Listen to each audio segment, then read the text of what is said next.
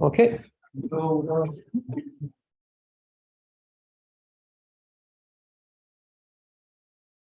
Is the Darwin effect? I hope you're not going to have the every 7-minute Wi-Fi disconnect. No. No, but just Mine is pretty stable. Another announcement about the election and having to vote for it, but your representative for it. David can do Oh, by the way, guys, by the way, if there's a postdoc from Saclay who want to vote, they should come to me. There are some unions which are more friendly to us postdocs, and there are some which are less friendly to us postdocs. And for your own. Vote offered? Yes, absolutely. Commandel. Oh. No, that's allowed. Yeah, no, that's a. Joseph has a way to do that. I think it's. How did? I was just going to say, Balkan countries, yeah, the voting model No, is it's a thing just- that happened, but I didn't think that was a worldwide accepted phenomenon. How did it become? Why is it not zooming in? Sorry? Yeah, Control L, yes. Shared Windows is closed. Okay. Wait, this I'll make it small. Isn't that what we want to share? Yeah. Do you see that? Go Okay. full screen. View. Yeah. Control L. Right. Yes. And now I want to share it as well. You want two things. That's I want to share it. Just a second. On Zoom, right? It needs to go on Zoom. It's still it's actually going on the YouTube, so everybody on YouTube can admire our share screen. Yeah. You'll find it. No, it's here. You will use the Share screen. change your slides. The what? The arrow. Desktop. no, down there. Yeah, that's You on the use the mic to That's good. We're good. So this Now, one, that's the full screen. Yeah, but I cannot plug it. Full screen. Come on now. Just a second. I have no... That's big. No, don't shrink it. Just go full screen. No, full screen. No, that's horrible. Come in. That's good. Right. Wow. Don't breathe. So, question, the audio, does he need to stand in? Yeah. so the microphone is working. Not for the moment, but yeah. And sorry, to change slide, I should use this one. Yeah. Keep it. I will do some tests during your talk. Okay, so, yeah. So Sorry for the issue. Just go to my 15 minutes. Sure, sorry, okay, so you, Screen sharing. oh. The screen. Resume share. Resume share. Wow. Understand, okay. Oh, sorry. It's not tactile. Not yet. Oh, but it's full screen. It's sharing the window and Okay. Just get out full screen line. Why isn't it? Escape is not sure. Okay, What's that? Yeah, but I do escape. No, that's good enough. That's good enough. That's good. Can you go like that? Sorry. That's Can, the max. if you did, okay, Yeah. that's fine. That's good. That works. Okay, so this one is okay. And let's put this thing on the bar. This stupid bar needs to put on the side somehow. Yeah, just leave it. It doesn't have to be. It's good enough. It's good enough. Yeah. Sorry. Okay, after much ado, welcome everybody to the final afternoon session of the conference. And we're gonna start with Cristoforo Iossa, who will tell us about the black hole behind the curve. Thanks for the introduction. Thanks to the organizer for this nice conference. And okay, I will speak about this work. It is actually a work in progress with Stefano Giusto and Rodolfo Russo. And okay, can we start? That's what I have to do. Not working. Sorry. Mine is select the window slide. Okay, nice. Okay, so let me go to the introduction. Okay, so as it has been discussed many times during this conference, the semi-classical black hole physics poses several theoretical problems. For example, okay, the most famous incarnation of this problem is the fact that every time you have a black hole, you have an horizon, and the horizon emits some radiation and you in temperature. And since this radiation doesn't seem to hold to retain any information or whatever you threw in the black hole, then this will lead to unitarity loss to your theory. Now, okay, everything. So there is a simplified setting where we can make things slightly sharper, and this is the setting of holography. In fact, what holography tells us is that every time you have a gravitational theory in an ADS, in an asymptotical ADS space-time, this gravitational theory will be actually equivalent to a conformal field theory, that is a non-gravitational theory on the boundary with S. And the holographic dictionary will set the inverse of the Newton constant to be proportional to the central charge of the theory. For example, in this setting, this statement that unitarity is lost when you have a black hole can be reformulated in terms of some behavior of, for example, two-point function. For example, this can be reformulated in looking at the large time behavior of a two-point function, and in the fact that as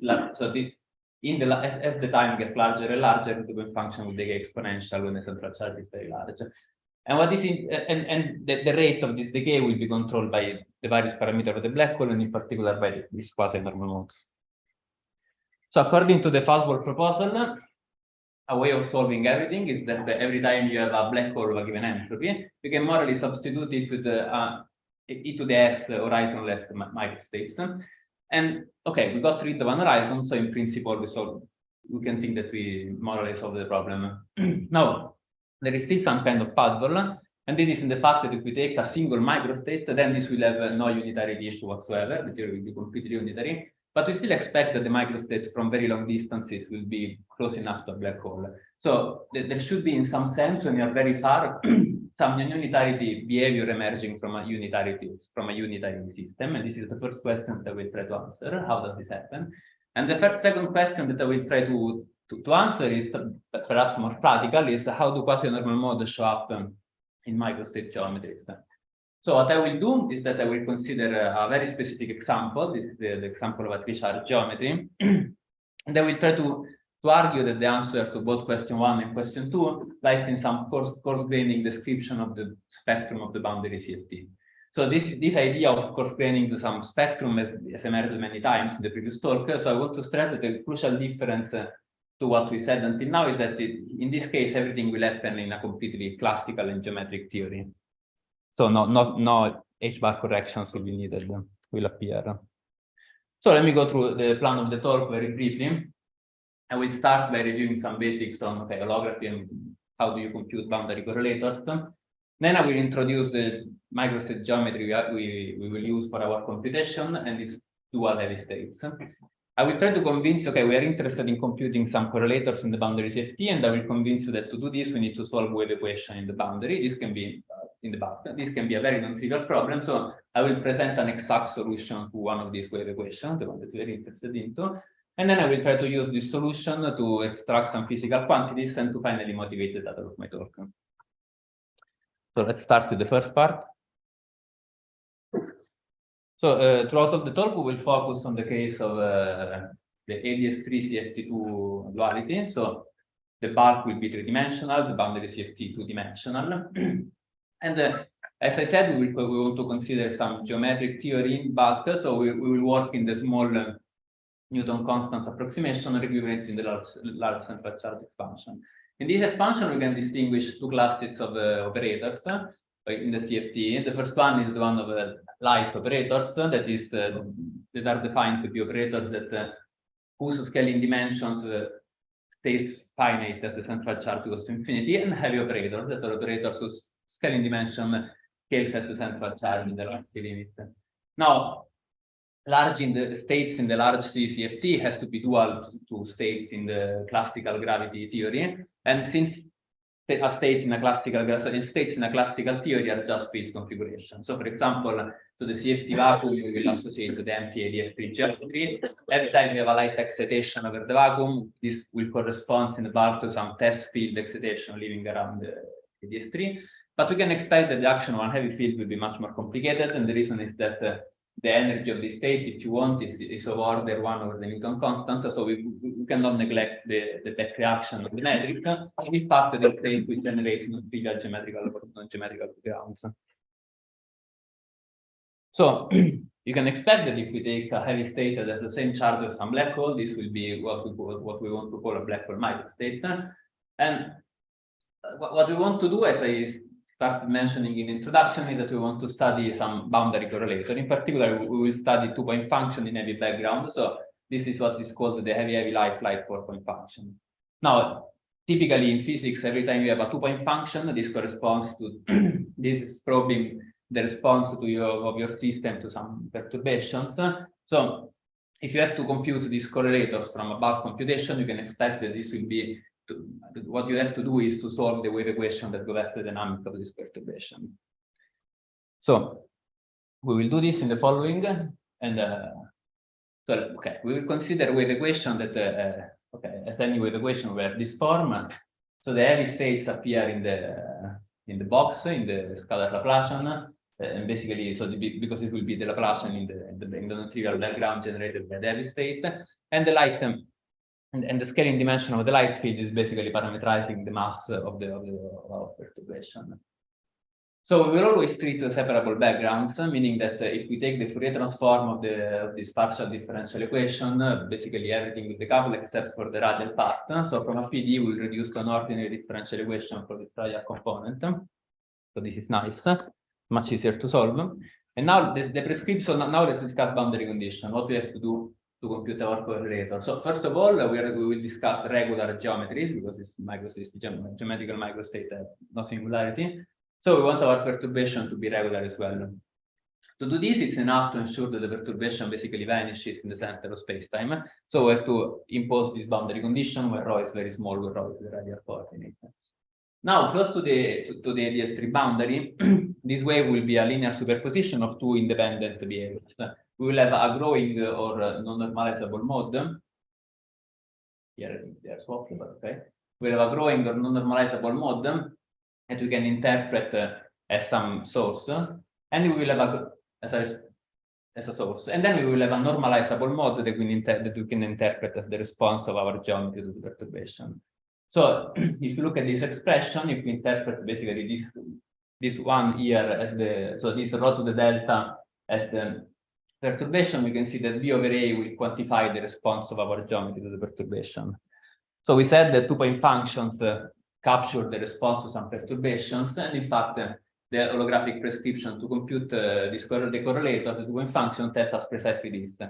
This ratio B over A that quantifies the response of our system to the small perturbation that we input by hand this B over A is precisely the correlator in momentum space.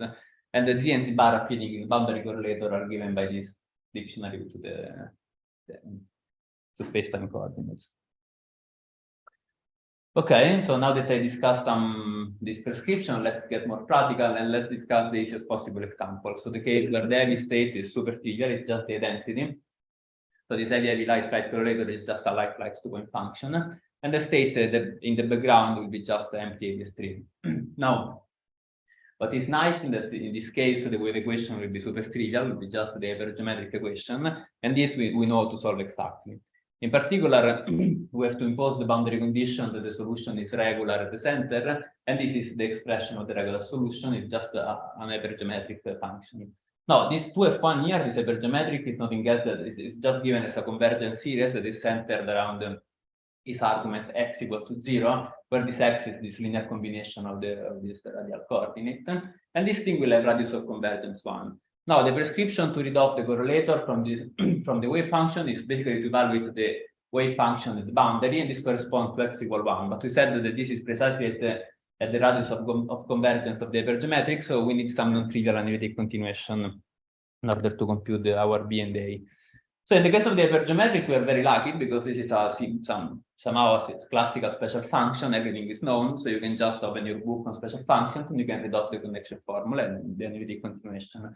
In particular, you can read off this B and A, and you can compute your correlator in momentum space as their ratio. So in this case, the exact expression for the correlator is just given by this bunch of these ratios of gamma functions. And now what we have to do in order to compute the correlator in position space is to take its Fourier transform. So as soon as you try to do this integral, the first thing you notice is that this integral, we have a bunch of poles on the real axis, and you're integrating with the real axis. But this is okay. This is completely expected because this is what typically happens in QFT. So what you have to do is just to choose some epsilon prescription in order to actually do the integral. Now, This means that you have to like shift your pole slightly above or below the real axis. Different choices will define different correlator. You can compute the retarded, the Feynman, the advanced, whatever you want. And so, okay, to make things super explicit, let's consider a dispersive representation where we can put the shifts by end. So what we do is we take the correlator and we use the Cauchy integral formula. So we write it as a contour integral along some point, we blow up the contour at infinity, and we pick up all the poles sitting as finite values of omega. So, okay, this was just because I wanted to write the correlator as a sum of various poles with the residues around. This term here is just because, okay, this omega to the delta is just here to take into account the large contour. And now that we have this expression explicit in terms of the pole, we can shift our pole where we want to compute our favorite correlator. Now, in this case, as I mentioned, everything is easy, and we can write down explicitly the position of the poles. This will be at this. This will be given by this simple expression. You can convince yourself that these correspond to the scaling dimensions of the descendants of the light field. So this means that if you do the operator product expansion with the light field and the operator generating the background, that in this case is just identity, you do OP, you expand in descendants, and the descendants that appear here, that here are just the one of the light field, basically will have scaling dimension precisely corresponding to the position of the poles. According, if you do the Fourier transform, will, for example, of the Feynman correlator, you have to sum over all the residues, and this time we reconstruct precisely the dependence that you expect from a CL2 function. So this real poles corresponds to operators appearing in the OP of the light field and the field generating the background. But what about this? So this is a boundary statement. What about the bulk interpretation? So this is very easy, because every time our correlator has a pole, it means that in this expression the coefficient A will vanish. So psi will just be given by the normalizable mode at infinity. And in particular, this means that the wave function will be completely normalizable in all the space-time. So it will describe what is just a bound state. So if you think if you take this mass to be very, if you take this field to be very massive, you can think about geodesics, and these poles will just appear at the orbits. This will just correspond to energies of the geodesics around our heavy objects. So let me add just a remark. Now, if you take the imaginary part of the retarded correlator, just by using the usual formula of the imaginary part 1 over x plus I epsilon, this will be given just by a bunch of delta functions that are supported at the position of the various on-shell states, if you want. So this imaginary part kind of captures the density of states that exchange in the operator product expansion. And this is, again, something that is very, very, very typical of QFT. For example, if you think about like the free propagator, you take its imaginary part, you will get a delta function supported on the on-shell state. Okay, now that we said all this, let's move to a let's move to a more interesting example. Let's put a black hole into the S. Okay.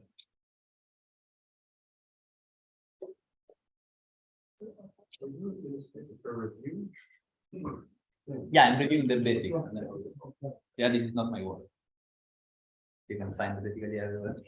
Okay, so anyway, as soon as you have a black hole, now the geometry will be different. The boundary state will be not a pure state, will be some ensemble. And accordingly, the holographic prescription changes, because we have okay, now the geometry is not regular. Instead of imposing regularity, we just impose the wave as to be going in the horizon. Accordingly, also the prescriptions, also when you take this ratio of the source and the response, this will compute for you directly the boundary correlator, the retarded correlator of the boundary invariant functions. And now the poles of this correlator will appear at the quasi-normal mode of the black hole. And the reason is just that when you have a solution so when you have a mode that is going in the horizon and normalizable at infinity, this is precisely the prescription for computing the boundary condition of quasi-normal mode in ADS. So since Q and M's appear at complex frequencies, so this expression will have complex poles. So for example, for concreteness, let's think of an extreme Alpha-T black hole. Again, with equation of just hypergeometrics, we have this ratio of gamma function, and these poles will be at the complex values. So the frequencies will appear around the complex plane. This is not the only crucial difference that we see from the case of the pure registry case. In fact, if we now take the imaginary part of GVAR that we said that should somehow capture the density of states in this change in DOP, this will be a smooth function. So, okay, this is kind of puzzling because now we have a smooth density of state and a bunch of complex poles. It's not what you expect. So this pole should be energies, now they're complex, so it's a bit strange. Again, thinking about QFT helps. Because what happens in QFT typically is that every time you have some continuum of states in some scattering amplitude or whatever, this will generate some branch cut and give you scattering amplitude. And now the discontinuity along this cut is allowed to have complex poles, and this is what this complex pole will basically represent some resonances. Okay, all the figure I'm using, they are stolen, and the place where I stole is appearing here. So these are from Microstate notes on QFT. Just to... Okay, so anyway, having said this, is very tempting to say that the imaginary part of the retarded correlator we're computing for BTT is capturing the discontinuity along this cut. However, there are two problems in this case. So the first case is that now the boundary of ADS3 is a sphere, is a compact space, and we expect a CFT on a compact set to have a discrete spectrum. So how did we end up with a cut discontinuity? And the second problem is that every time we have a correlator that has real poles in momentum space, when you do the Fourier transform, we get a sum over all these oscillating factors with these real poles appearing in the exponential, and this is what you expect from a unitary correlator. On the other hand, in this case, we don't have to do a sum; we have to do an integral because now the density of states is continuous if you want. And when you do this integral, you can just basically close it around the complex plane, you pick up the complex poles, and you get some exponentially decaying factors. So this operator, so this two-point function will exponentially decay. So we can associate somehow this behavior of the imaginary part of the retarded correlator of the density of state with the loss of unitarity. Okay, so let me just review what I said until now. We consider these two different cases. The first one was the case of MKDS, but we expected for just some pure real state, everything will be the same. So what we had a discrete set of real poles corresponding to bound states. The density of states was given by a bunch of delta functions, and the correlator has some unitary behavior. On the other hand, when you have a black hole, we have some complex poles corresponding to QNMs. Now the density of state is a smooth function, and the correlator has some unitary behavior.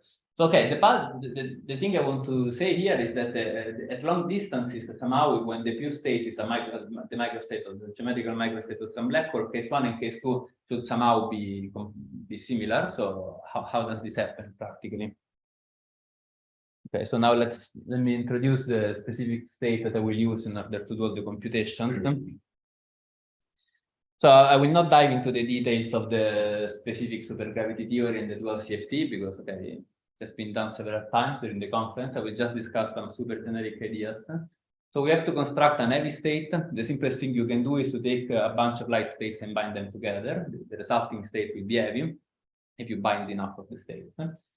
So the resulting operator will create what we can call a coherent state of light excitations.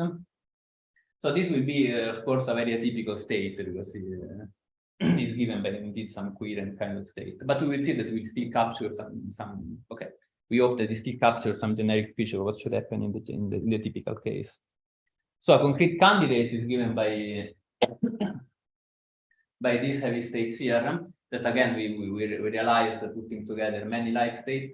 Now this depends on two parameters. So C is just a central charge, so this depends on the two parameter n appearing in the -1 action, then and eta.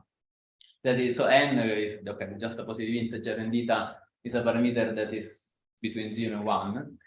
Now the dimension of this state, this heavy state will be just the dimension of the light state times the central charge and times this 1 minus eta square factor. This n and eta control the charges of the geometry, and we will have a black hole with the same charges when this inequality is satisfied. Now, just by looking at the expression of the scaling dimension of the heavy state, we immediately see that when eta is equal to 1, we get delta equals 0. So again, the heavy state is just the identity. And from what we saw before, the dual state will be just ADS3. On the other hand, when eta goes to 0, the state will be given by this coherent superposition over these light states. So we can see that when eta is different from 0, we will have some non-vanishing one-point function that corresponds to some supergravity fields having non-zero vacuum in this state. And this, roughly speaking, can be thought that this happens because there is some field that is detecting some very specific constituent or property of the black hole of the state. So this is somehow signaling some non-typicality. But on the other hand, it happens that as you take the eta going to zero limit of this state, all the one-point function will be zero. So this means that now your supergravity fields are not sensitive anymore to the details of your state. And this is in fact what you think you should happen for the thermal ensemble. So this was just to argue that the eta going to zero limit of these states should somehow approximate the thermal ensemble. And in particular, this inequality is basically always satisfied when it is equal to zero. So we are happy. So what we need in the bulk is a metric that goes to empty ADF3 when eta is equal to 1, because the state trivializes, but to some black hole when eta goes to 0. So this is the exercise of finding. So actually, the work of finding this metric is super non-trivial. It has been done, and this is the metric. So it depends on these two factors, G and F. They depend on the two parameters making up the heavy state, eta and n. And you see that as eta is equal to 1, basically everything trivializes, and we go back to just heavy state. On the other hand, if when eta goes to 0, the metric reproduces the one of a black hole. So at this point, there are two cases which it's important to distinguish. When n is equal to 0, this n here, now the black hole will be a very easy black hole with with zero area. But when n is non-zero, then this will be the metric of an extreme albidity black hole. So the full geometry, and this is stolen for the thesis, PhD thesis of Piradman, is looks like this. So we have like this asymptotic ADS3 region. As you go toward the origin, you have this very long ADS2 throat that should end up, and so typically ends up as some extremal horizon, but in this case has some finite length and ends up at a smooth curve. So we want to study perturbations on this metric because we want to compute correlators in this background. So let's start with a super easy case, so we can write everything down explicitly. So Given that in play, anybody can shout questions, shout loudly because okay. What is the redshift in terms of eta in the So I'm not sure, I don't know the exact expression. I think that the cap ends up somehow at the coordinate being eta square, but yeah. That in the chart is it's the redshift is controlled by a parameter B over A, which I think is going to be 1 over 1 cosine or something like that.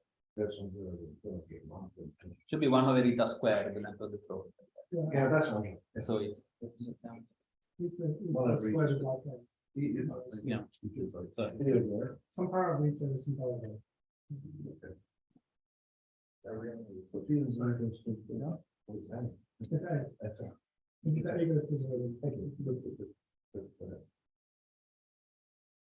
Going to the cube or no, it's not No, good. it's not. okay. In one of your previous slides, when you write this limit of the one-point function, at one point, so why in the thermal ensemble we expect one-point function to be 0? But okay, this was just to say that this should be some supergravity fields, and this means that so when one of these functions is non-zero, this means that you have some non-vanishing overlap with the state somehow.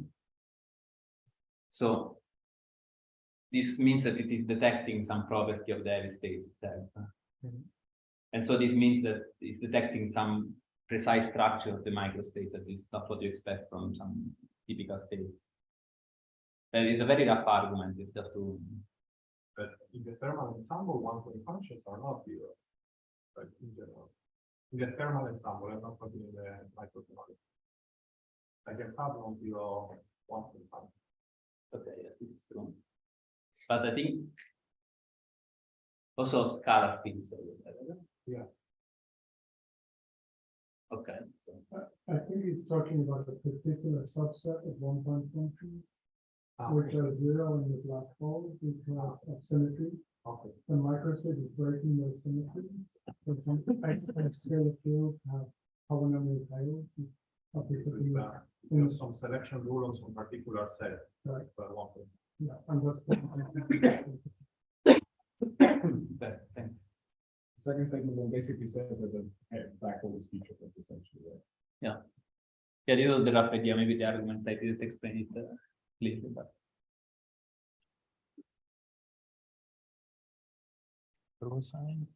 Yeah, okay. Okay, so let's go back to where we were. So, as I said, we want to study perturbations on this background to compute some correlator. So, let's start with the easiest possible case, the n equals 0 case. Again, now the wave equation will reduce to hypergeometrics, so this means that we can solve it exactly. And this will be the exact expression. Now, the equation is still the hypergeometric is the same of the one of ADS3, so this will, the correlator will again be given by just some ratio gamma functions, with the only difference that now the arguments will be slightly different. Again, this will have some bunch of poles on the real axis that now will appear in these positions. Now, you can see immediately that when eta is equal to 1, basically this reproduces the same poles that we found in the previous ADS3 case. And again, these poles will be the energies of some states appearing in the OP. That now will be the OP of the light and heavy state. So these states are what are called the heavy light double twist. And again, they correspond to some bound state of the perturbation in the background. Now, if we study the eta close to 1 limit of this poles, as we said, this basically we get something with finite spacing that scales linearly and not interesting as well. On the other end, when eta goes to 0 and the geometry starts looking like the one of a black hole, we'll have some more interesting feature. In fact, what happens is that the spacing between two successive poles will go to 0 as eta squared goes to 0. So to get is that now as the geometry gets closer and closer to the one of some black hole, our poles on the real axis will get denser and denser. Now, if we go back to our dispersive representation, we had our correlator was given as a sum of its residues, and now this sum we can approximate it by an integral because we can, when eta is sufficiently small, we cannot really resolve the discreteness of our spectrum. So. Okay, now instead of having a sum, we have an integral, and this is we will have this row appearing here that will be somehow capture somehow the density of our poles, and it's nothing else than the residues of the correlator, and our non-zero for basically any frequency. Now, what happens is that if you take the correlator and you evaluate for a slightly above the real axis and slightly below the real axis, what happens is that, okay, as this epsilon here goes to 0, you will not get 0, but you will get some smooth function that is this density of poles somehow. And that in this case is just some polynomial function. And this is, by the way, the definition of the imaginary part of the retarded correlator. So this is basically the definition of having a branch cut on the real axis, where the discontinuity is captured by the imaginary part of the retarded correlator. So what is going on is that every time this eta is non-zero, when we do this, when we compute the correlator in position space, this will be given by a bunch of oscillating exponentials. But if our solution does not allow us to separate the various energy levels, instead of having a sum, we will have an integral. Now, if you do the integral explicitly, what you will find is some power law decay of this correlator. And this is the same result that you would have found if you did the computation in the black hole background in the first place. So in some sense, you see that this black hole behavior is emerging as an effective description of our energy spectrum. So this is giving some hints of what should happen in the full-fledged case, but this is still quite a stupid solution because this has no horizon, in particular it has no quasi-normal modes, so in fact the decay is just a power. So what we really need to do is to consider some more complicated example. That is, for example, the next example is to consider n equal 1. In fact, in this case, the black hole will be an extreme albitized black hole that is non-vanishing horizon, has quasi-normal modes, so it has everything we want. Now, the problem is that if you now look at the corresponding wave equation, the equation is a complete disaster. It will not reduce to hypergeometrics anymore. And if you remember what the prescription to compute the correlator was, is that you need to take your wave equation, expand it when the radius is small, close to the origin, impose the boundary condition, and then you need to analytically continue it up to rho equal to infinity in order to resolve the two coefficients that you need for computing the correlator. So this in general requires a very some analytic continuation that in the case of the hypergeometric is can be done with classical methods, but in this case it's a bit more complicated, and we need some more sophisticated method. So this is what makes more challenging the study of these perturbations. So what it has been done until now is to study it using the WKB approximation by this nice work. But what we will do is to present some recently discovered method that allows us to deal with this OD and gives us some nice analytic control. And this will be somehow in a similar spirit to what Massimo Bianchi talked about, but from a slightly different perspective. So okay, let's discuss this now.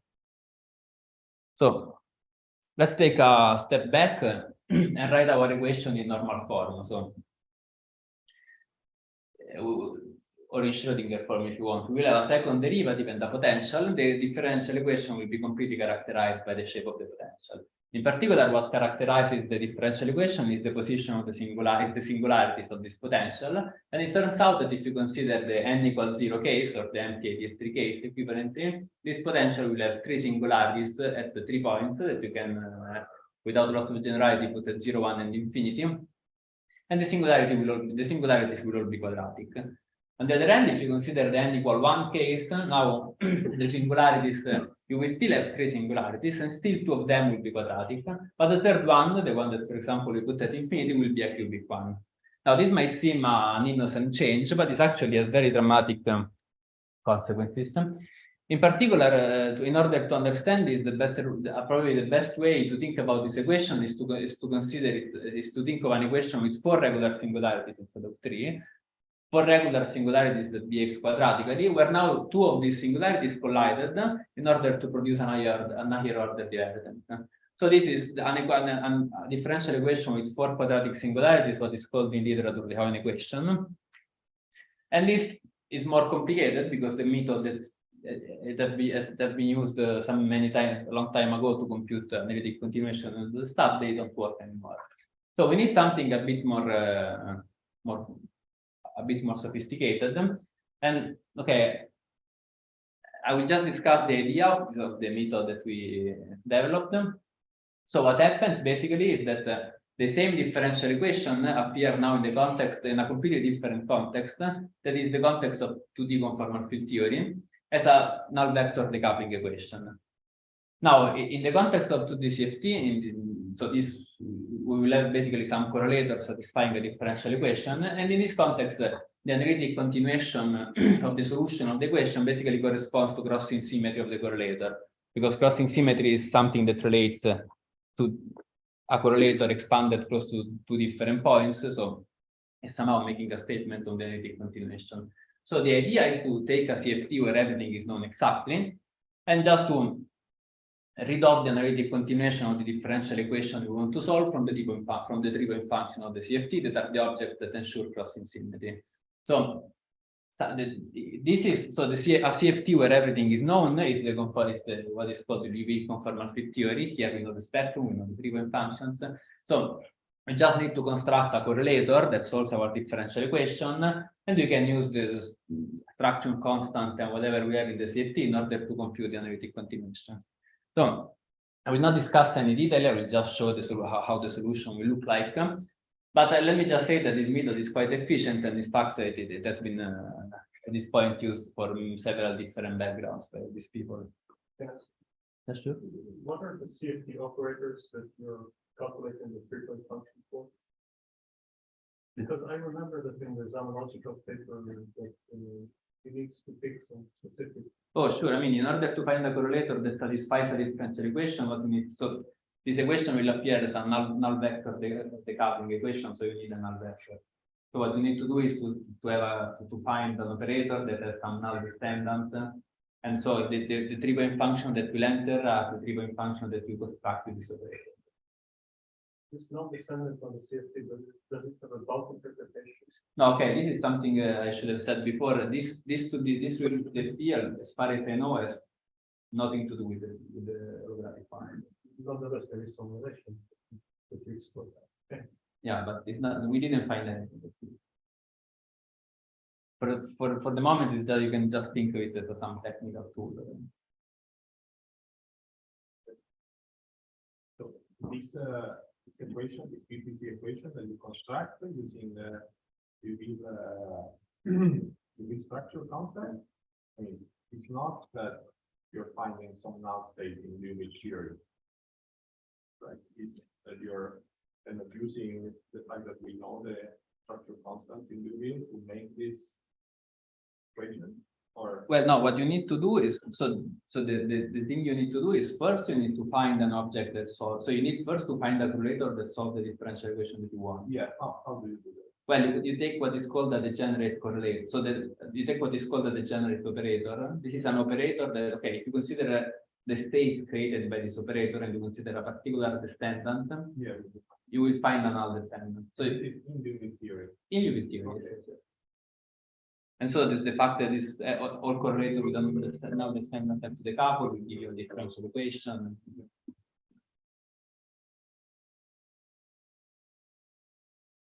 Okay. Okay, so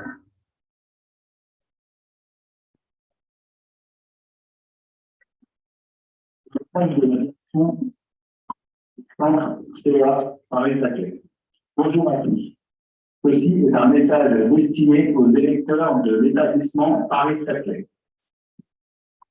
Nous vous informons que les élections professionnelles ont lieu actuellement jusqu'au mardi 13 juin à midi. Vous avez votre mot à dire. Nous vous encourageons à participer à ce scrutin afin de déterminer vos représentants pour les 4 prochaines années à venir au sein des instances nationales et locales. Nous vous rappelons que ces élections se déroulent par voie électronique et que le site de vote est accessible via l'adresse cea.webvote.fr. Merci de votre attention.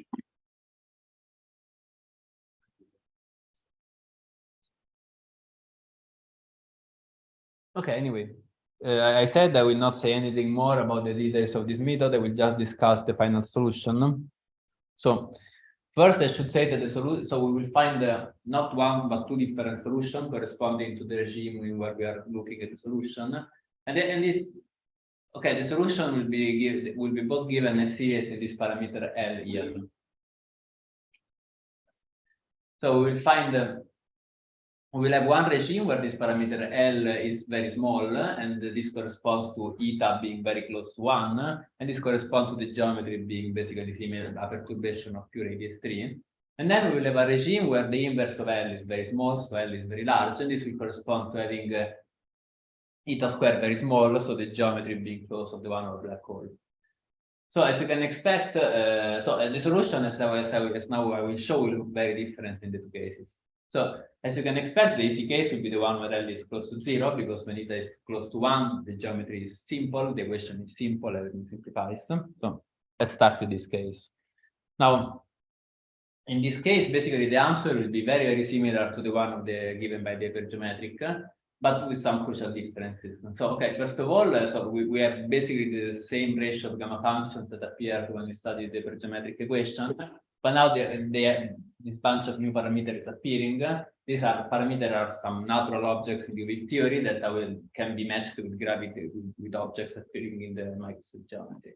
So in particular, this blue A0 is given by the angular momentum of the perturbation. This red A1 is given by the scaling dimension of the light field.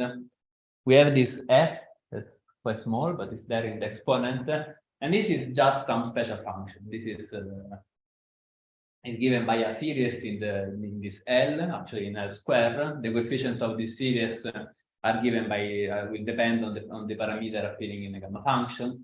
This is of course an infinite series. What is nice about this function is that it admits some nice combinatorial expansion, so you can just basically write a simple code in mathematics and compute F to various orders. And this is what is called in some other contexts an Nekrasov-Shadashvili instant on partition function. So all the colored objects, we said what they are, except this A, this one with no subscript, and this is the last non-trivial bit we need to understand in order to get something explicit. So A is not given explicitly in terms of some gravitational parameter, but it's defined implicitly by this Matone, what this so-called Matone relation. So A appears in this relation. Well, now this U is again given by some gravity parameters, and it appears in this relation where also F, this function, this special this NS function appears. Now, since F is a whole infinite series in L square, the way to solve this equation is to basically do it order by order in this A. So basically, the result is that A will be given by a whole series in L square, and all the coefficients L square now when L is small is basically 1 minus theta square, and all the coefficients will depend on the parameter of our perturbation. In particular, the starting point will be the frequencies. Then we will have 1 minus theta square corrections, and corrections will be higher order. So the corrections are very easy to compute. I'm not writing them just because they don't say anything particular. So this was more or less what I wanted to say about the solution when L is close to 0, at least the explicit form. Now let's look at the solution when L is very large, and eta is close to 0. Everything is much more complicated. So now, first of all, we don't have just a ratio of gamma function, but we have this mass with 2 terms and 2 terms above, 2 terms below, some phases. So let me try to break it down. So first of all, we have a sum of 2 terms divided by a sum of 2 terms, while before we had just some gamma function divided by some product divided by some product. And I can very roughly understand the presence of these 2 terms as follows. So now, in this regime, the geometry is a very long throat. So in order to this is basically capturing the analytic continuation from the origin that sits at the end of the throat up to infinity. So in order to arrive up to infinity, you first need to go out of the throat, and you will pick up one of these 2 terms, and then you will go up, you will go from the end of the throat to infinity, and you will basically pick up the other one. And except this, the rest is basically the same as the other case. We have this A1 and A0 that appears. Now we had this A and F. Now instead of having A and F, we have what we are calling a G and FD. Now FD is again another special function that now depends, it's a series in 1 over L, that is eta square. So this is somehow on the same ground on the previous one, except that it has a much more complicated structure. In particular, it does not admit a combinatorial representation. You can still compute it order by doing some computation in Liouville theory, but the computation is much more expensive, and to go to very high order is more difficult. And G is basically on the same ground as A. You will have some starting value, that is this combination of L and omega, and they will get corrected as we'll get. How do you challenge G beyond that order?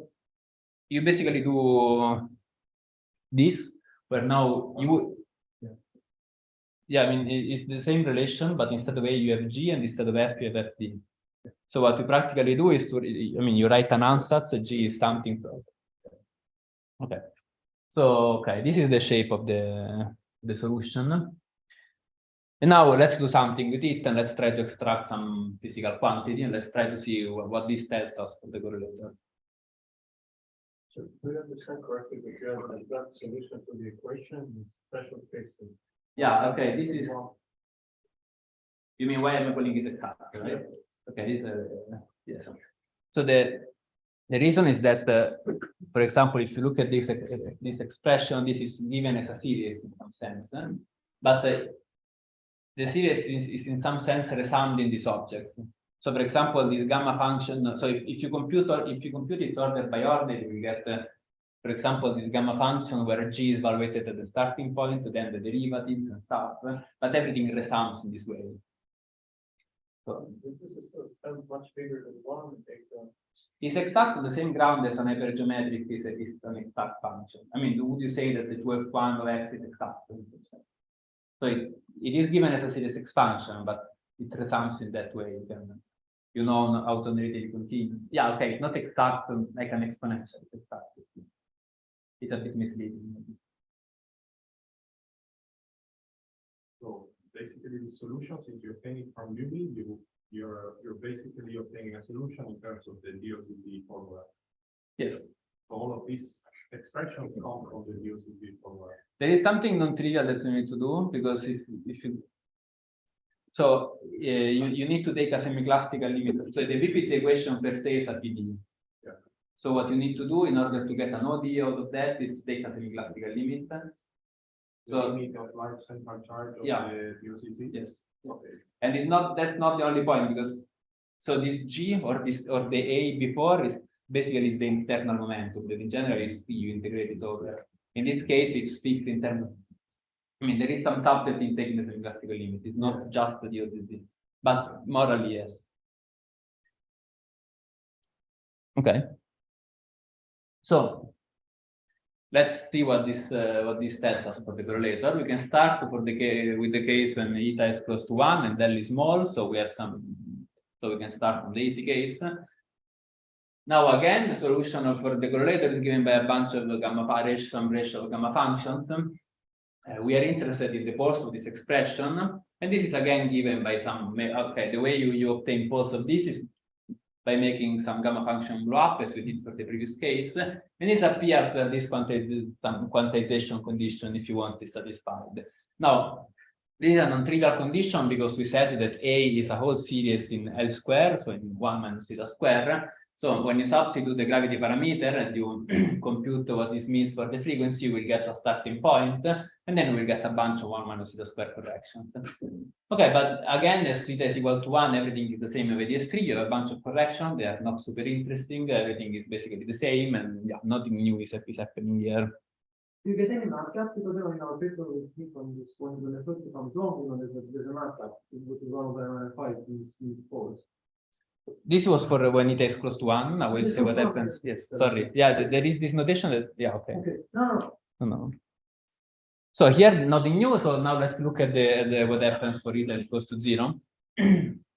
Now you don't need to make blow up some. Now the way you find the expression, also this expression is not by making blow up some function, because you have two competing terms. So what you need to do is that you need to ensure that these two terms cancel, and okay, you can write this as okay, the ratio has to be -1. If you play a bit with the parameters, you see that this ratio is just a phase. So if the quantization condition becomes easy, you just need to have that this phase is -1. So this theta here is some 2 pi n plus 1 or something. Anyway, you can solve it, and what you find is that is these values for the frequencies. So you get the same, they agree. The point is that they are in two different regimes, so you need to do something. Here we are not assuming that anything is very large, except either being small. But that's all. The WK, you can do the WKB for the very deep chart, for example. So but you need some frequency large, no? Yeah. Here it's not, but okay, we did the matching and they agree. But the residue point, when you compare this, I don't think you could get the residue. Okay, anyway. Residue is the next slide. Yeah, okay. So, no, sorry. So they came exactly to pi times theta squared. Sorry? So they came exactly, and this 1/5. Yes. You have a bunch of corrections, but they are not really. Sure. No, okay. Anyway, anyway, you can solve this condition. You find some bunch of poles. You can compute the residues from the expression, and you find this complicated expression. But the crucial point is that so what is going on is that so the crucial point that I want to make is that again the poles are becoming denser and denser when it is going to 0. So as soon as the rod becomes longer, the poles become denser. So if you again take a look at the dispersive representation, what is happening is again what happened before. So when the throat is sufficiently long, we don't have enough energy resolution to distinguish between two energy levels. So an honest thing to do is to, instead of writing a sum, we cannot really compute, we need to write an integral. Now, the integral will have some branch cloud discontinuity that is computed by rho, that is, roughly speaking, the density of poles. And now what is different from the previous case is that this rho is a much more complicated expression.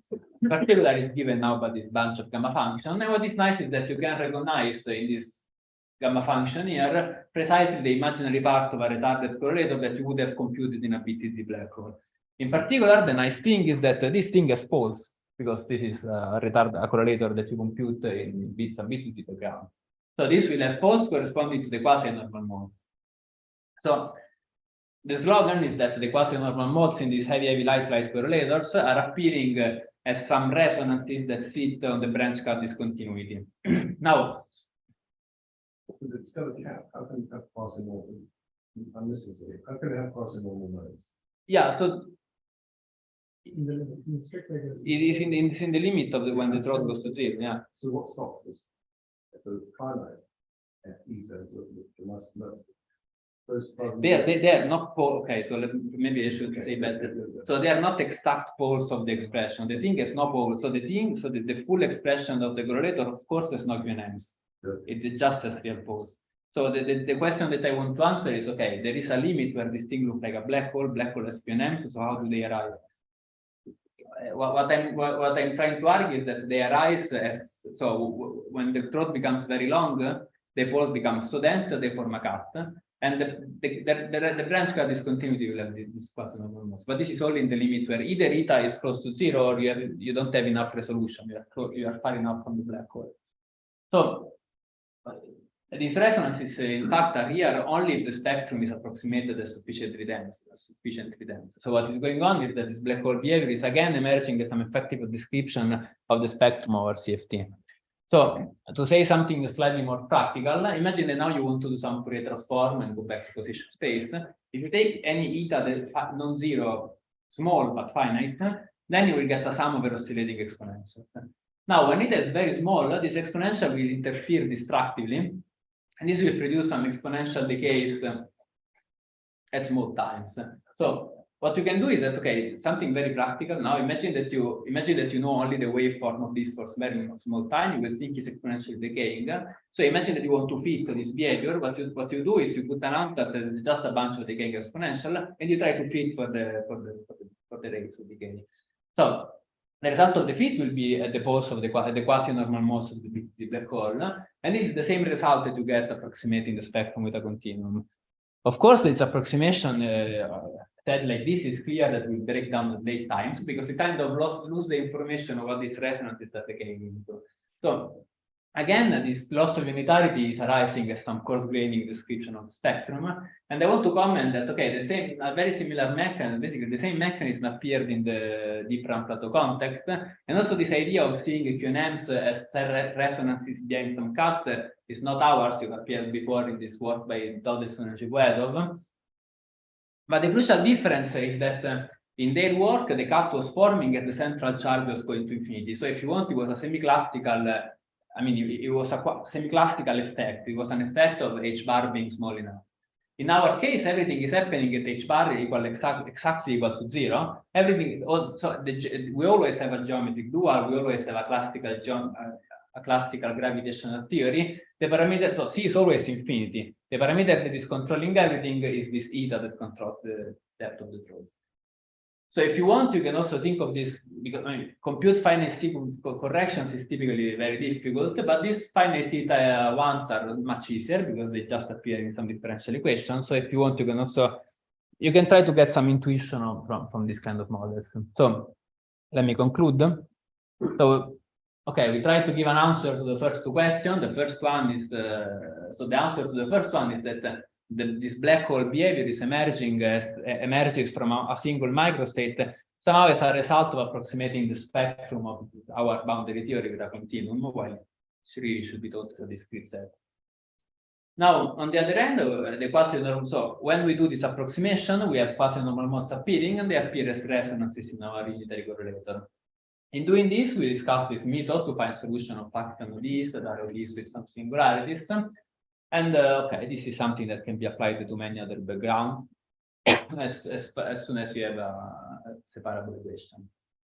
Something I didn't discuss, but you can do is that you can match the correlator, the result that you got for the correlator with the conformal block expansion and get some intuition on all the various corrections in eta square.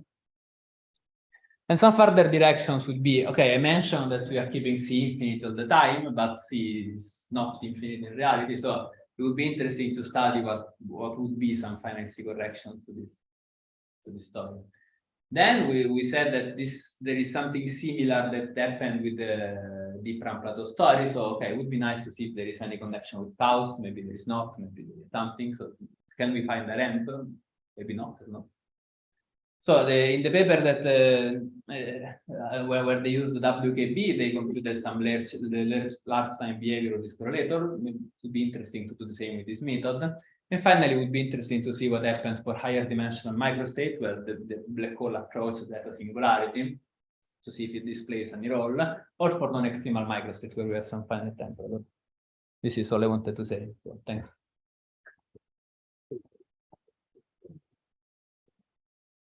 What questions for Chris? So from No. your No, speak loud. yeah. So from your expressions at theta different than zero, maybe small, but different than zero, can you see if the correlator decays at late times or not? Like when you still have a sum over oscillatory terms, do you see if the correlator decays at late times, or does it have some oscillatory behavior? Well, we didn't do this computation yet. This was one of the further directions, but I mean, you should see no decay in for late times, because I mean, you have just real poles. You know, there was some paper which incorporates wormhole contributions to the gravitational path integral and so produces some rum in the Hades region. And then you would not have the information problem that you You asking if I know some specific paper? I mean, I think that the same thing will happen.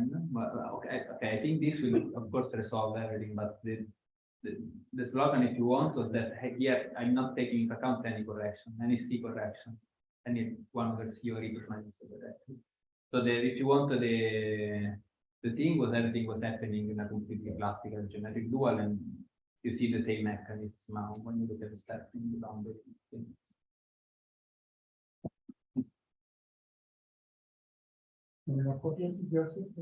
I have a question about the poles. So you're basically finding this forest of poles, which is the same as the one you found this tangent, this scale.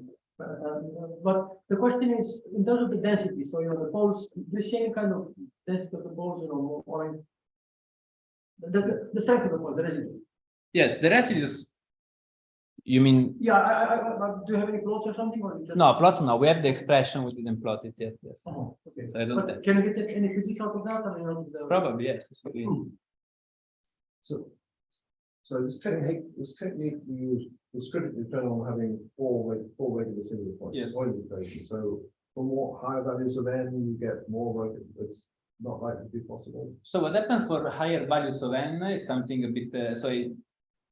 Okay, what it happens is that the one singularity gets stronger and stronger. So it's like having more poles where more of them collided, if you want. In principle, the same techniques can be applied because you can just. I mean. From the Liouville safety perspective, every time, so to simulate the presence of some singularity, you put some field, so you just put more field. But okay, everything gets more complicated. I thought that was going to be some form of confluent. Yeah, it will be just some. I mean, for example, if you start from a Hoyle function that's four regular singularity, the object that solves this in the Liouville safety perspective is some operator that has four intersections plus the degenerate one. And to simulate a higher order singularity, what you do is you take two of these operators and you collide them together, and you get a new state that's this. You need to do the same, but with higher. Okay, in view of time, we should move to the next talk. So let's thank Cristoforo again. And What vaccine are you changing over the system? Hopefully it's okay, let's. Wait, all the good. What do you see?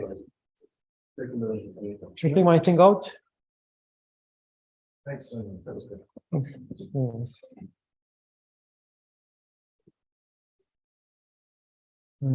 Stop sharing. Close. This is my disk.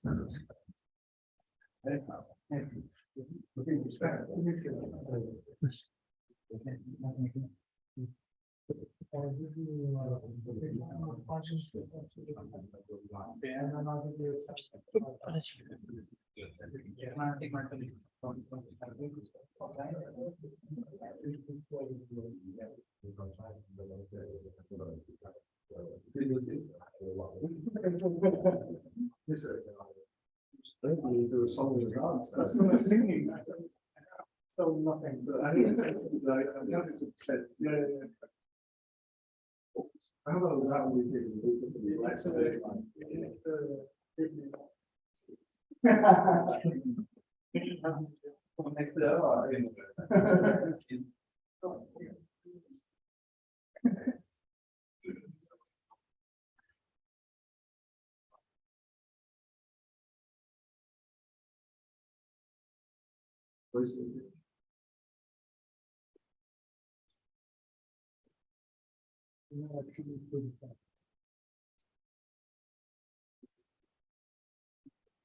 Toulikas, below. Le bas, oui, c'est ça.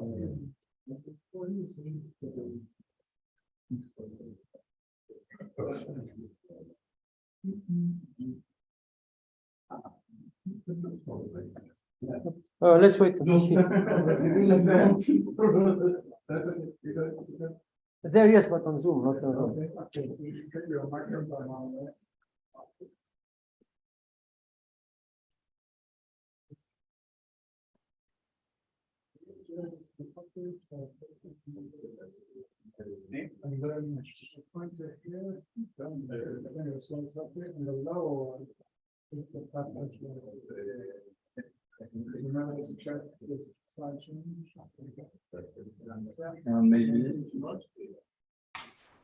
I see the bottom. Ah, oui, on va. Okay. Okay, so we're going to start again in just a moment. Which all goes through the Maxim is better than the RARB. It's also frills. So can I stop moving or is it moving constantly? Like, Oh, this thing? yeah. I think it's sensitive to Okay. your motion. No. So Okay, yeah, yeah. yeah, but the rest of the thing was jumping. Yeah, just needs a- Okay. Okay, are we good to go? I think that's what we want. Have you launched? Oh, it's launched. It's the same. Oh, okay, sensors. Okay, so now with fully fledged technology back in operation, we're very happy to have Dimitrios Toulikas. Toulikas, yes. Who will tell us about Familia, the irreducible microstructure of black holes. Hey, hello. I would like to thank you for giving me the opportunity to talk about this topic.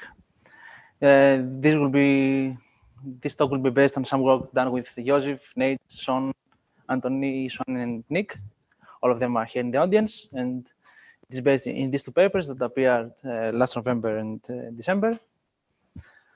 So, okay.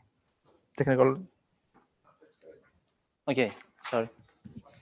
Yeah, so this is the outline of my talk. I will begin by motivating the need, let's say, for study, and also explain how I will to this object, the supermaze. In order to do that, I will explain a bit what is this process of local supersymmetry enhancement. These two sections have some overlap with Iossa talk, but it's unavoidable. And then I will introduce these new objects, the Themelia, and I will try to argue why such a name is fitting. I will explain later what it means, and in the end, I will just end with saying a few things that we should think in the future.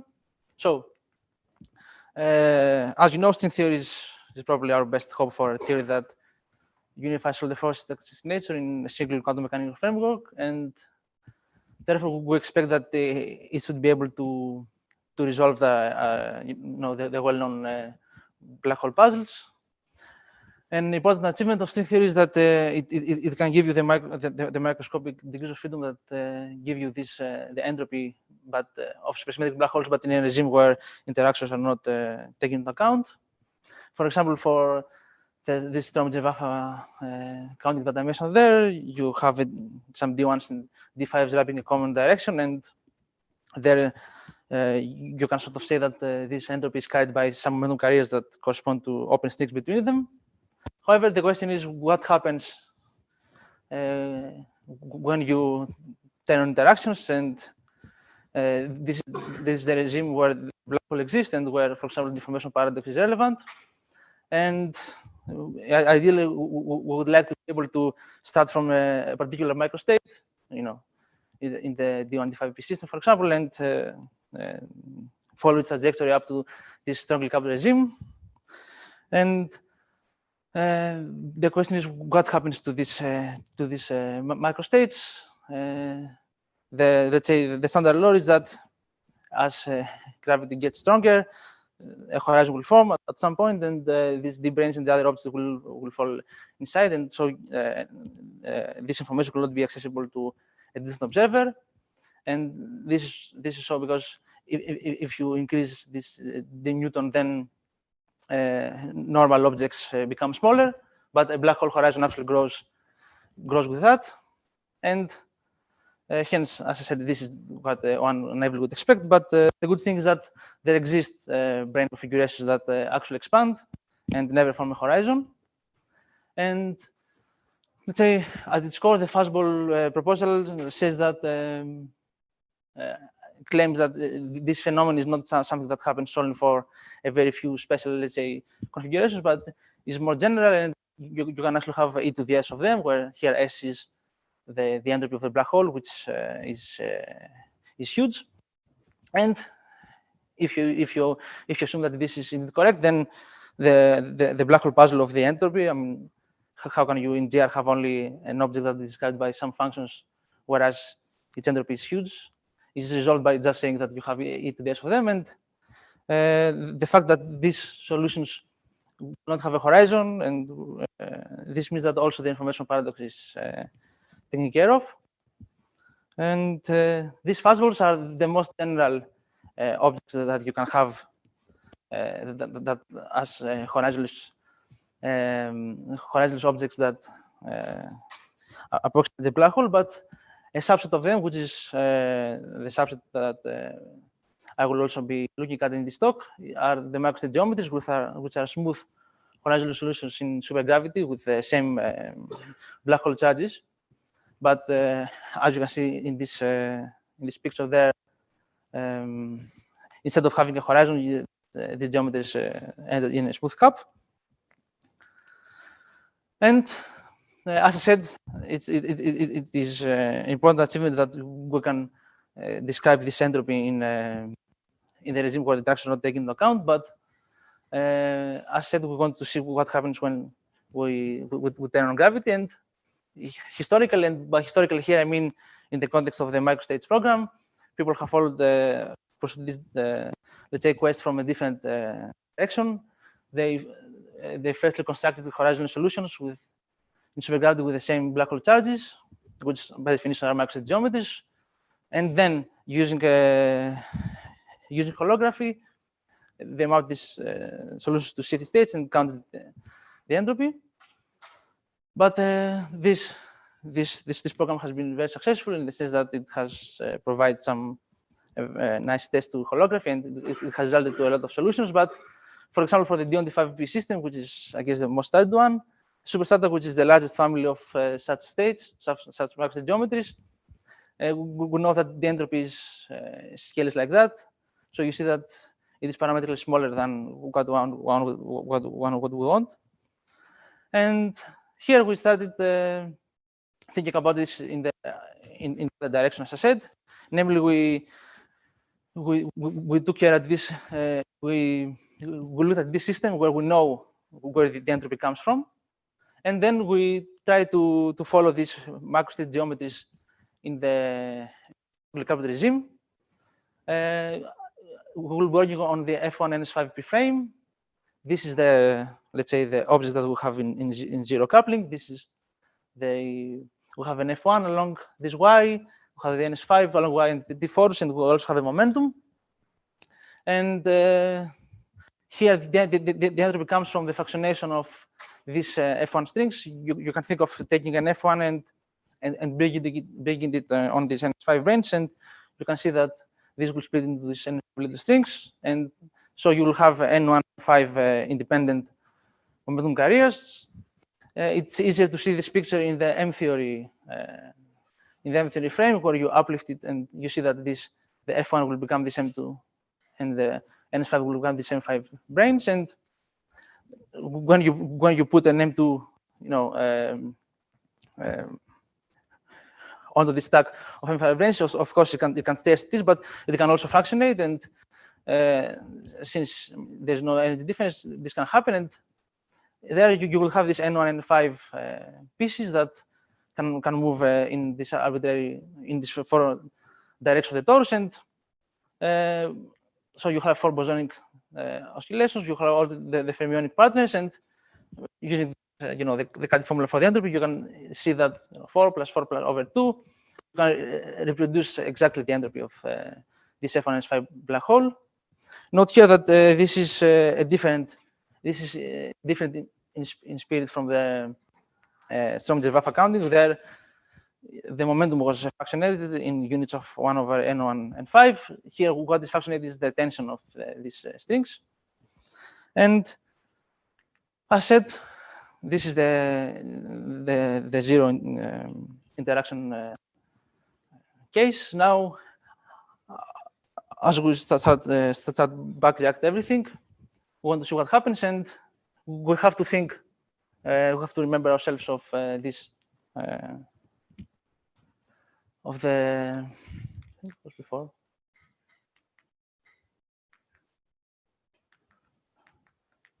Yes, so you used to think of this of this nice work by Carl Maldacena, where I have here, for example, if you put a D1 on a D3, you can see that the D1 will pull the D3, and you will have this spike on the Watt volume of the D3.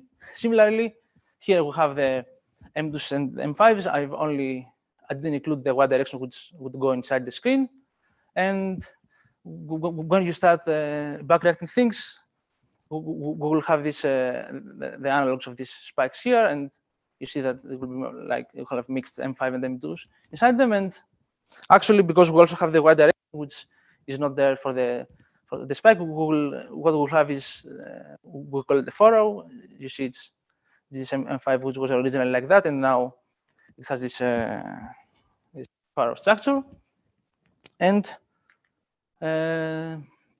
what is important, and what let's say gives us some confidence that this will indeed correspond to a smoothless Hadron supergravity solution is that you can see that if you go and zoom into any of this, in any point in this structure, locally you have 16 supersymmetries. Globally, you have the 4 of the initial solution, but locally you have 16. And before describing exactly how this will work for the supermaze, let me explain a bit this local supersymmetry enhancement. As you know, type 2 has 32 supersymmetries, and then if you add strings or branes, this is reduced, and you can show that this is what let's say what the Killing spinor of your solution will satisfy, and this is this would be this pi squared equals pi to be a projector. And for example, for a two-charge system, you would have two different conditions from the two charges, and if they are compatible, you will have the intersection of their kernels will be 8. Will give you 8 supersymmetries, but you can have more stuff than this, and actually you can form bound states which contain more fields. So let's say you take your two global charges here, and you can add other stuff and write this expression. All these pieces correspond to different objects in different directions, and this AI, the coefficients are just the charge density of the particular object you have over the mass density of the entire thing. Now, this in general will not be a projector, but when it is, you will have 16 global supersymmetries, and you can also think that since we know that these AIs are not unique, you can also take them to be dependent on the internal dimensions. And then at each point, let's say, of the dimension of this bound state, you will have your 16 supersymmetries, but globally, you will have less. And a common way to ensure that you will indeed have some sort of supersymmetries to try to write this expression as a sum of the global charges that you would like to see that they actually are preserved. These F1s can be arbitrary. This is just let's say a way to show that this holds. And the general lesson here is that for a given system with some global supersymmetries, there may be many configurations that have the same global supersymmetries, but locally they have an enhanced number. We care about enhanced to 16 supersymmetries, and this is because this is an observation that of the Microstate program that whenever you have 16 supersymmetries locally, you expect that the supergravity solution that you will eventually build that will be smooth and horizonless. So this is what we, as I said, we found for this object that I showed you with the M2s and M5s. And in order to build it, let's go through the three different, let's say, bound states that you will need. The first one is, okay, the most simple. It's you just have an F1 along Y and P along Y, and these are compatible. So initially you have a system with 8 supersymmetries, but you can add some F1 and P along one of the transverse directions, let's say the one of the torus, and without even looking at the projectors, this would be the configuration. And if you go locally, you will see that this is just a transversely boosted F1, so it's indeed 16% locally. But in terms of this analysis, you would sum all of your objects. You will also try to find a way to write this, which will mean that this indeed has the global charge of your objects, and then you will get some from the global condition. You will get these linear constraints, and from the local you will get this one here. And as I said, this is arbitrary. There's a lot of freedom here on what to choose, and then that will be the end result, and it will be parameterized by just a single angle, this theta, which here is just the inclination of this y x1 plane.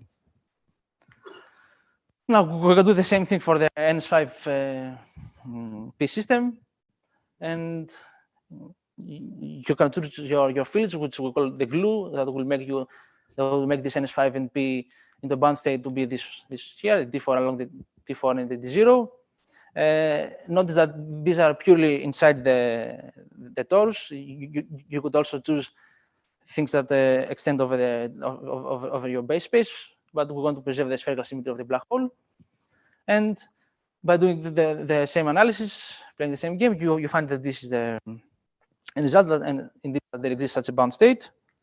And the final thing is the NS5 F1 bound state, where now the glue is this D4 along Y and some of the 3 of the torus directions, and this D2 along Y and X1. And here there is also, I mean, you can think of it. This shows you exactly how that the picture we had before about the pooling of the M5 and by the M2 branches is also visible here. But the fact that if you analyze this project and if you uplift the M theory, then you see that your original M5s and M2s were these perpendicular ones, and now these new dipole charges are these M5s that also extend along X11 and the M2s that extend along X1 as well. And this just I'm saying that you can also dualize this to a proper Calder-Maldacena spike.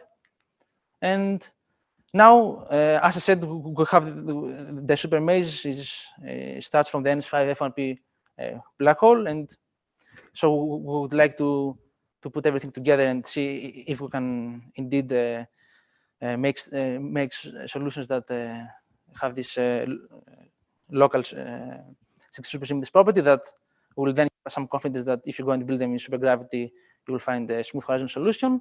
And the intuitive approach is just to combine everything that the 3, let's say, the transitions that I just described. And indeed, this works. The only condition is that this this one direction should be the same with the other one direction.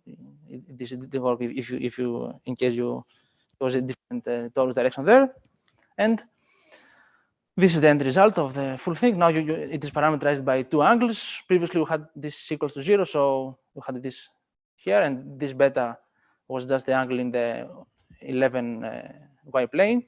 Now we also have this new angle which parameterizes this wiggling along the y direction, and so the super maze that I showed in the beginning, which was this picture here, will actually, when you turn on interactions, will become.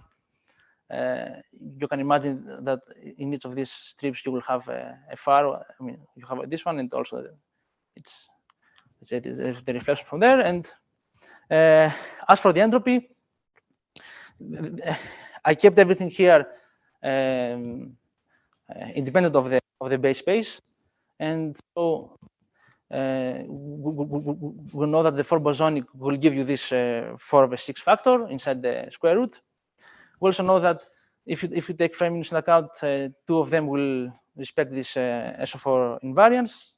So you would expect that you would get up to 5/6 times the charges of the entropy. And now, having described this, we're thinking whether you can generalize this way of thinking to more to superstrata and in general to everything you can build. And we'll add this notion of themel. Yeah. I'm just wondering, you have fractionated the M2 branes into many pieces to get the entropy, but can these pieces join up into the analog of the long string, or will they always stay as separate pieces? I guess they can, but in order to account for the entropy, you don't want this. So yeah, that's why we say that. Yeah, you can. There's no cost in energy when you split it, but to account for the entropy, you need to have them. Somebody wants something else. He wants the end of the, let's say the brain above on top to go to the bottom to go on the other side. So it goes around the y circle to come back to another brain. Yes, I think this happens, right? I mean. Okay, so I just pointed out there's always this little issue. If you don't join them up into one long string, then if you try to make some model where you are going to absorb low energy modes into this, then you can't do that, because right now the okay, so right now the only energy scales.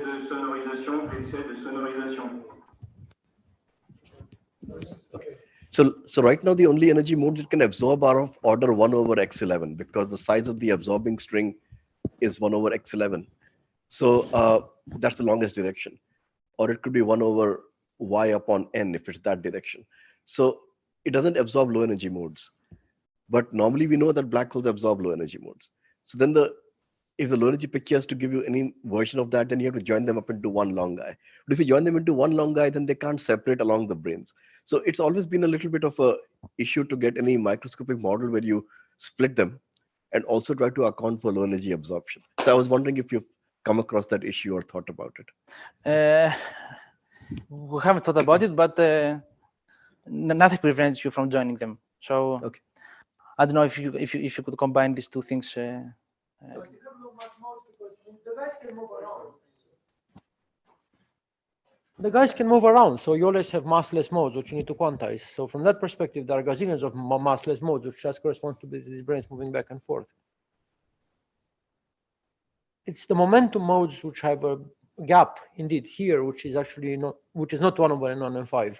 But because you have n1/n5 modes already, you have a CFT, which is effectively a central charge n1/n5. Yeah, so you have lots of modes, but each has a high energy. I mean, if you have each has a high gap. There's a gap. Yes. Yeah.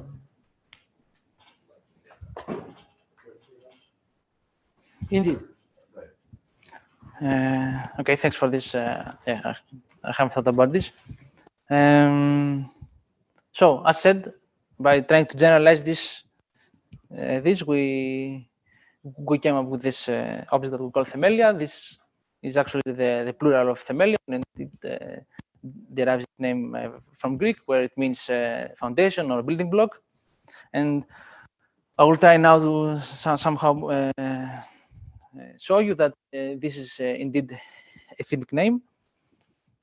So a black hole should reduce matter to its most fundamental constituents, but in string theory, these are usually strings and branes, but we argue in this paper that that you should think of a more general actually class of objects, this sort of themalia that are defined to be objects in string theory that have 16 supersymmetry locally.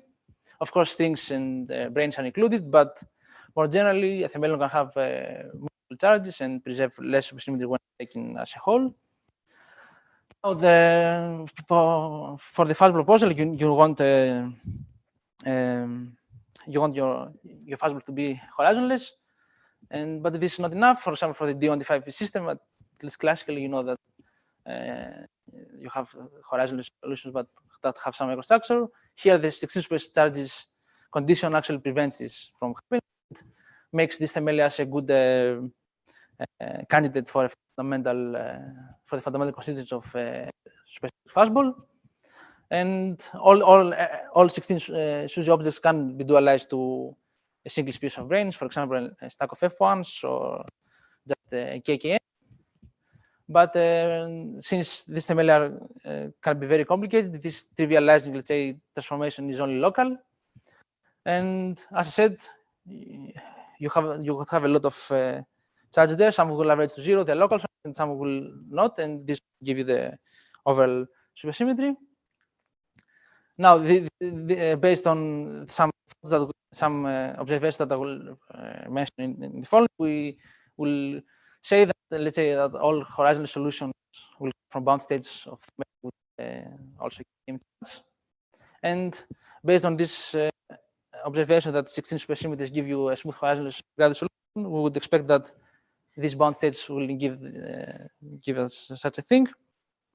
And yeah.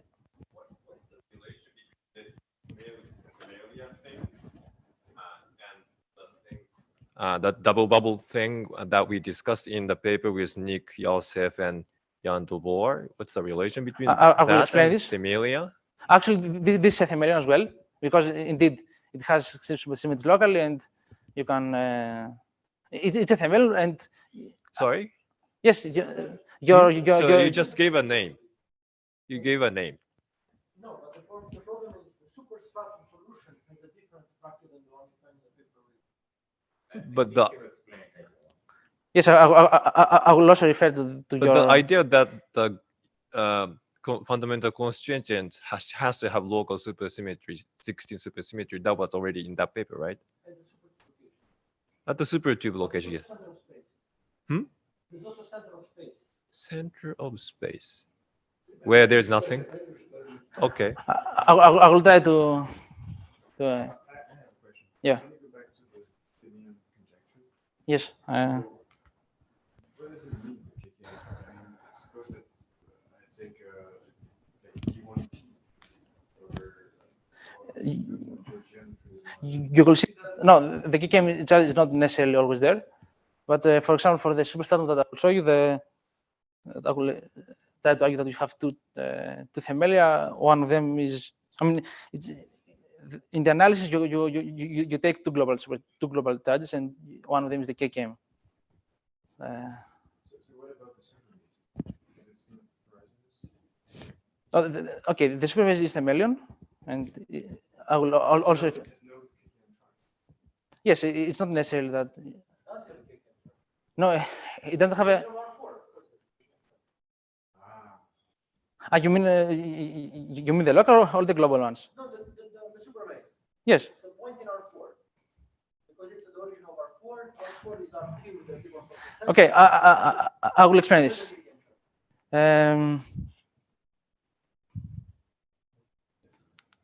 Yes, you will see. And if it's not clear, I will come back to that again. So the archetypical example, let's say, of themelion is not of the themelion, of the idea of this is this F1 NS5 supertube. This is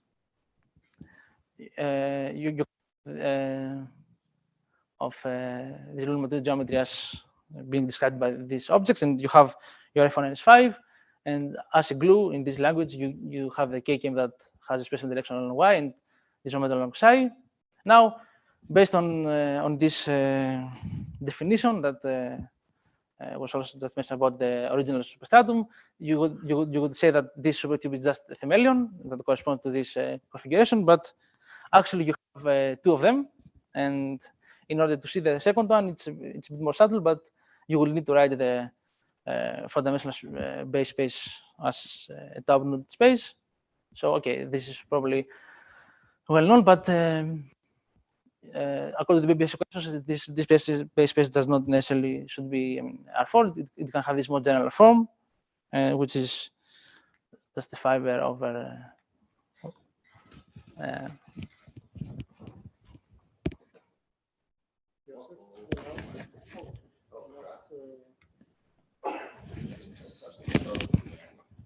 Okay. Yes, which is determined by this harmonic function V, which can have can be sourced in various places, and the most general case is this one here, where you have multiple centers. The tab-node is the one where you to be like that, and you have this cigar geometry, and the flat R4 is this one here. It's just steeper R4, but you see that you have this pole, and this is what I meant by you need to write this R4 in this language, and then to be a bit more precise as well, if you describe this sort of system in I wrote here the 11 d-ansatz, where you have you have a symmetric representation in terms of 3M2 branes, and that shows these warp factors, and you also have this the free form, and you can split the field strengths into the magnetic and the electric components, and you have these previous equations. This is not important for discussion. The important thing is that in the end, for example, for the supertube, which is a subcase of the system, you will need 8 harmonic functions on this R3 base to describe it, and these are related to the quantities in the previous slide by this way. And the supertube, for example, that I showed, the F1 S5, here I just said how you go from the M3 frame to the type 2A frame you use. The important thing is that if you see here, this is the solution that you have, and indeed you have this these poles here in the supertube location that give you the F1 and S5, the KKM, and the momentum that you know. But you also have to think about this 1 over R rho, which is in the center of space, and this is the second themelion, the KKM, which in this case is just a KKM wrapping the y direction and having a special direction psi. And I just mentioned here that in order to show you that how much information you can get from this, that the regularity condition for the supertube, which is this condition here, just corresponds to a relation that you get from these projector equations. Now, and this is the general principle. As I said, you write your R4 base as a 3 times this vibration, and you rid of the charges. Now, for the superstrata,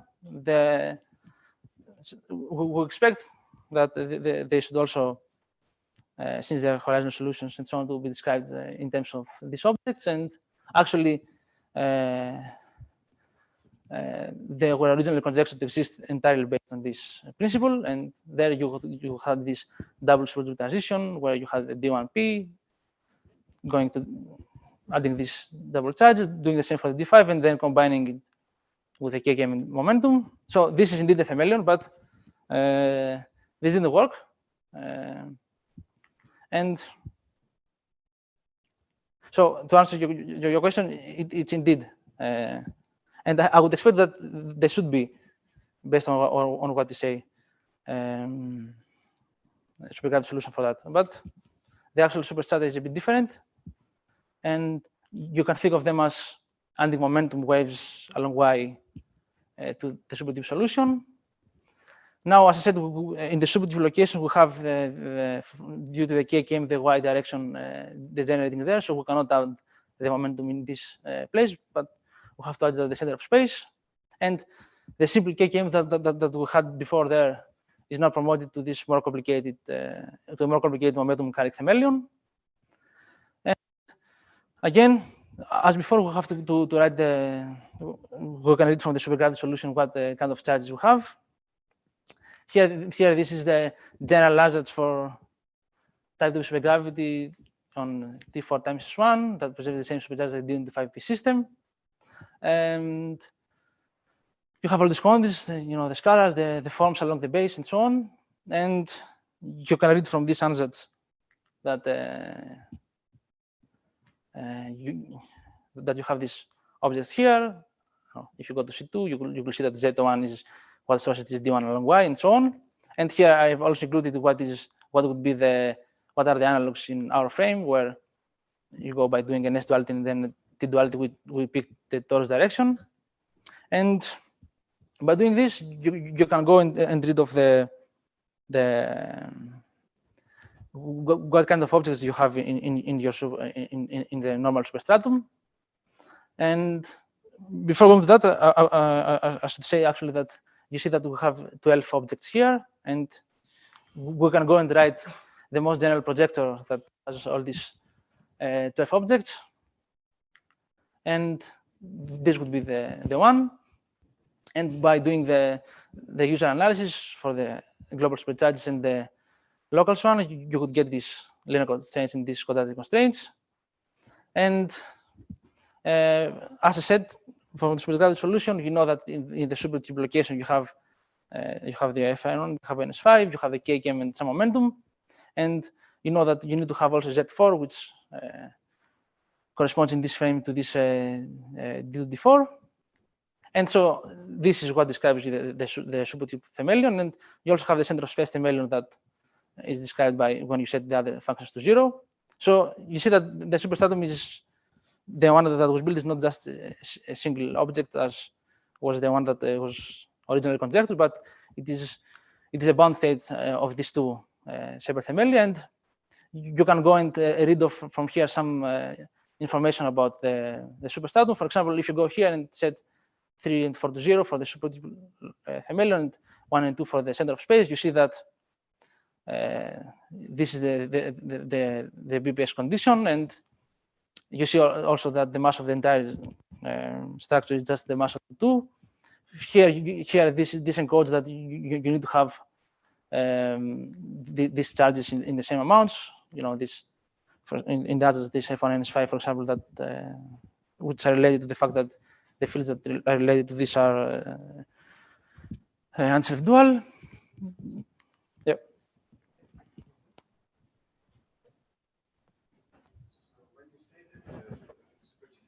The median and the center of space has some like alpha I is equal to 0.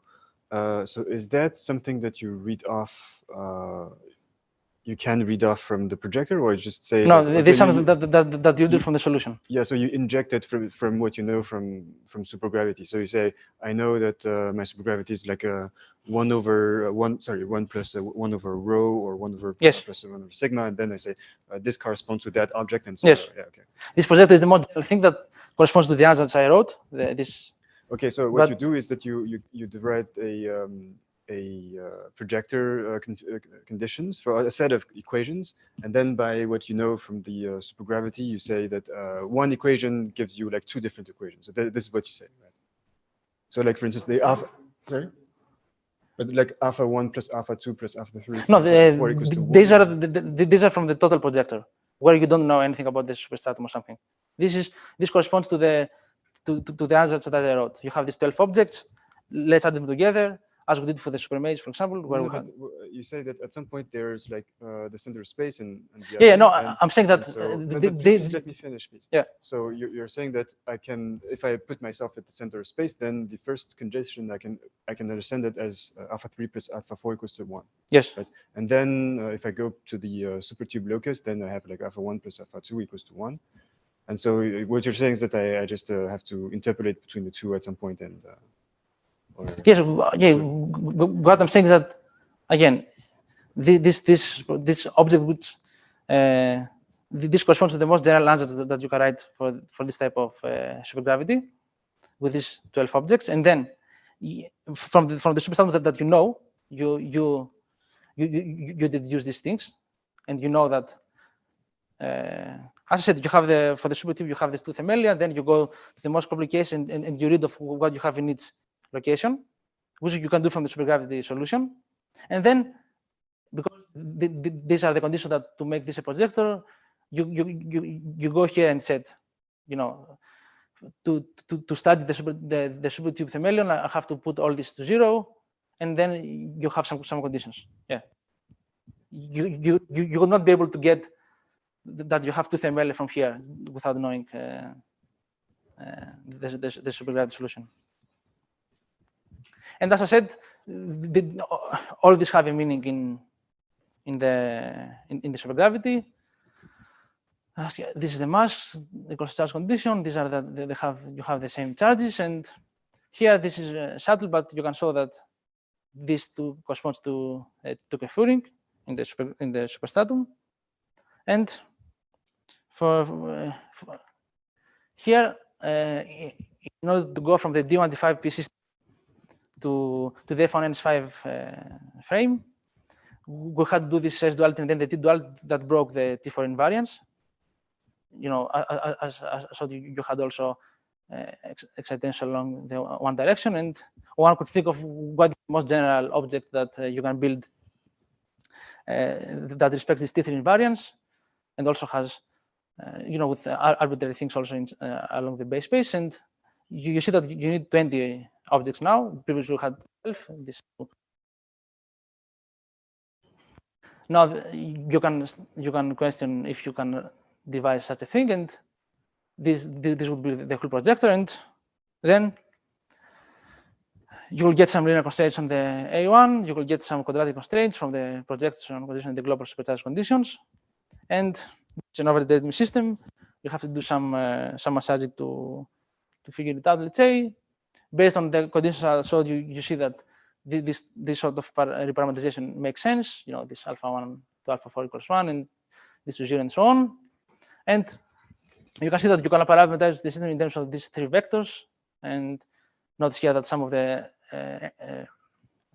components are the same. So you have actually 12 here independent components, and this P equals squared, the projection condition is equivalent to the statement that this P are orthonormal. So you could write them, you could do a U3 rotation and write them in this way. And this is what I said, that no matter how complicated the supersymmetry local object is, you can always dualize it locally to just an F1 or a stack of F1s or a KKM. And here you see that this base is basically that this is the F1 or the KKM. And then you can then write the solution in terms of this of 6 angles. That's the most general solution to the projector equations. And you can go and see that, for example, the superstrata are subcases of this big projector. The subunit log, for example, corresponds to these particular values. Then you can also that also the vector superstrata that Nate presented included here, setting this value to 0. And then you can go and ask what happens if I keep only fluctuations along the torus and not along the base space. And this table has been done in such a way that all these components are the ones that have along psi, and these do not break the SO4 invariance. And if you do this and set basically the second column to 0, you get precisely the super projector. So it is included there as well. And now, based on this conjecture that I mentioned, you could expect that there should be some supergravity solutions that made of this T3 invariant beast that I showed, that we termed hyperstrata. This was T3 invariant. You can make it arbitrary and be comprised by generic superstrata or supermeshes.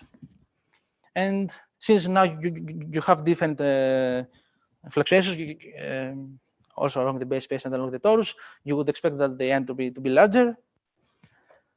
As I said, even the supermesh gives you a lot, up to 5/6. So by including now fluctuations along the base, you might even get the entire entropy. And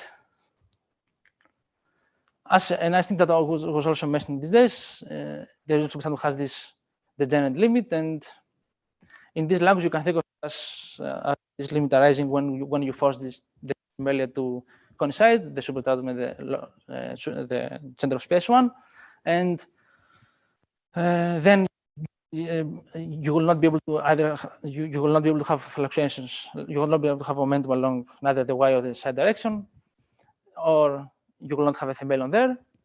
And as I said, you know, I think I want to write here the superstrata are part of a much larger family of solutions. So in this limit, what would happen is that you would still have the fluctuations along the tores that would resolve this degenerate limit. And again, this shows that the fact that you have this sort of paradox is because you're enforcing this T4 invariance. And now, as I didn't put it in the conclusion, I put it in the outlook. Based on what I would say, you could argue that all existing microstate geometries are bound states of multiple themelia. I've only mentioned the superstrata and the supertube, but for the public solutions, for example, you would expect that its center is a themelion. You will have a multiple.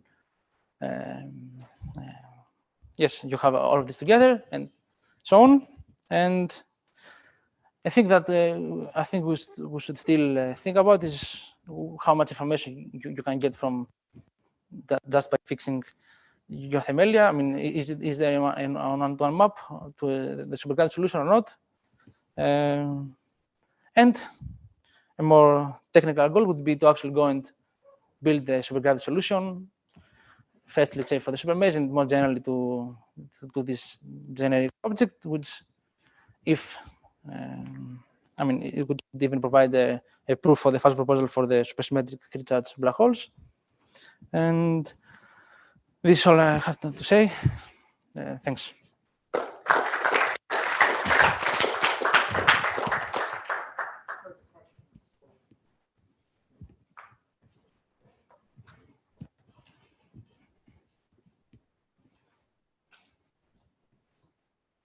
Quite so far, so I can start us off with one. So can you say a few more words about any particular direction on the hyperstratum line of direction? Do you have any particular set of solutions that you would like to try and construct that you think are within reach in the near future? I don't think we have done much progress on that, on building a supergraduate solution corresponding to that. So at this moment, I would say no. Okay, thank you. More questions, comments? Yeah. So I know you talked about the bosonic part of the story, which is exactly the right thing to start with. But if you want to look at the fermion modes, in some simple cases like D1, D5, all the transverse size come from the fermion modes. So is it possible to solve the Dirac equation on two intersecting branes to find the fermion zero modes on this? I don't know. It's just something maybe worth thinking about. No, I think I mentioned that we expect. I mean, we know that two of the modes break the, as you said, the invariance. But yes, I don't know how you could go and do this. Okay.